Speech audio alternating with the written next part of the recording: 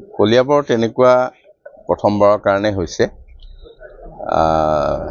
এইবাৰ আমাৰ যিটো পঞ্চায়ত, পুখুৰীয়া পঞ্চায়ত, তাতে 9জন মেম্বাৰ, কাউন্সিলাৰ আৰু জিলা পৰিষদৰ সদস্য আটাইকেইগৰাকী বিনা প্ৰতিদ্বন্দ্বিতাৰে নিৰ্বাচিত হোৱাৰ বাবে তাত ভোট কেন্দ্ৰ স্থাপন কৰিব লগা নহ'ব বা ভোটদান কৰিব লগা নহ'ব। এইটো আচলতে ভোটদানৰ পৰা আমি বঞ্চিত হ'লোঁ। কিন্তু কথাটো এনেকুৱা নহয় যে ইয়াত গণতান্ত্ৰিক ব্যৱস্থা নাই।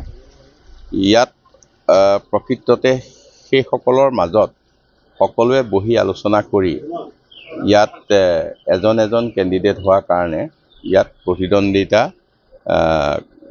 কৰা নাই, আৰু প্ৰতিদ্বন্দ্বিতা নকৰাৰ কাৰণেহে খালি এই ধৰণে আমাৰ নিৰ্বাচনটো অনুষ্ঠিত নহ'ল।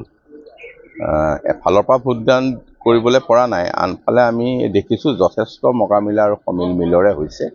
আৰু ইয়াৰ আমাৰ ভাৰতীয় জনতা পাৰ্টী আৰু অসম গণ পৰিষদৰ মিত্ৰতাৰ এইটো সুফল বুলি মই ভাবিছোঁ। আপোনাৰ ৱাৰ্ড কোনটো আছিলে? মোৰ ৱাৰ্ডটো হৈছে আমাৰ তেলিয়ামৰীয়া, যিটো পুখুৰীয়াৰ ৱাৰ্ড, সেইটো ৱাৰ্ড। মেম্বাৰৰ কাৰণে 41টাত নহ'ব, আৰু ZPCৰ কাৰণে 10টা পঞ্চায়তত নহ'ব, আৰু APৰ কাৰণে 9টা পঞ্চায়তত নহ'ব। কলিয়াবৰত তেনেকুৱা প্ৰথমবাৰৰ কাৰণে হৈছে।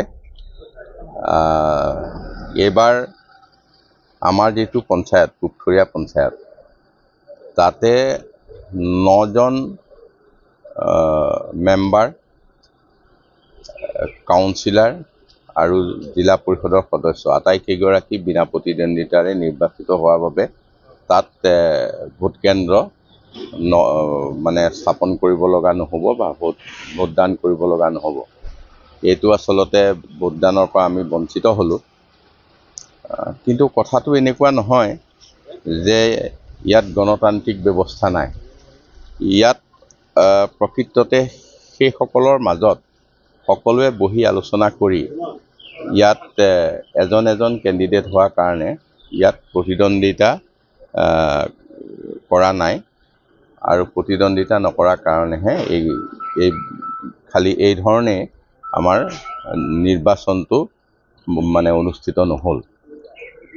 এফালৰ পৰা ভোটদান কৰিবলৈ পৰা নাই, আনফালে আমি দেখিছোঁ যথেষ্ট মকামিলা আৰু সমিল মিলৰে হৈছে। আৰু ইয়াৰ আমাৰ ভাৰতীয় জনতা পাৰ্টী আৰু অসম গণ পৰিষদৰ মিত্ৰতাৰ এইটো সুফল বুলি মই ভাবিছোঁ। আপোনাৰ ৱাৰ্ড কোনটো আছিলে? মোৰ ৱাৰ্ডটো হৈছে আমাৰ তেলিয়ামৰীয়া, যিটো পুখুৰীয়াৰ ৱাৰ্ড, সেইটো ৱাৰ্ড। মেম্বাৰৰ কাৰণে 41টাত নহ'ব, আৰু ZPCৰ কাৰণে 10টা পঞ্চায়তত নহ'ব, আৰু APৰ কাৰণে 9টা পঞ্চায়তত নহ'ব।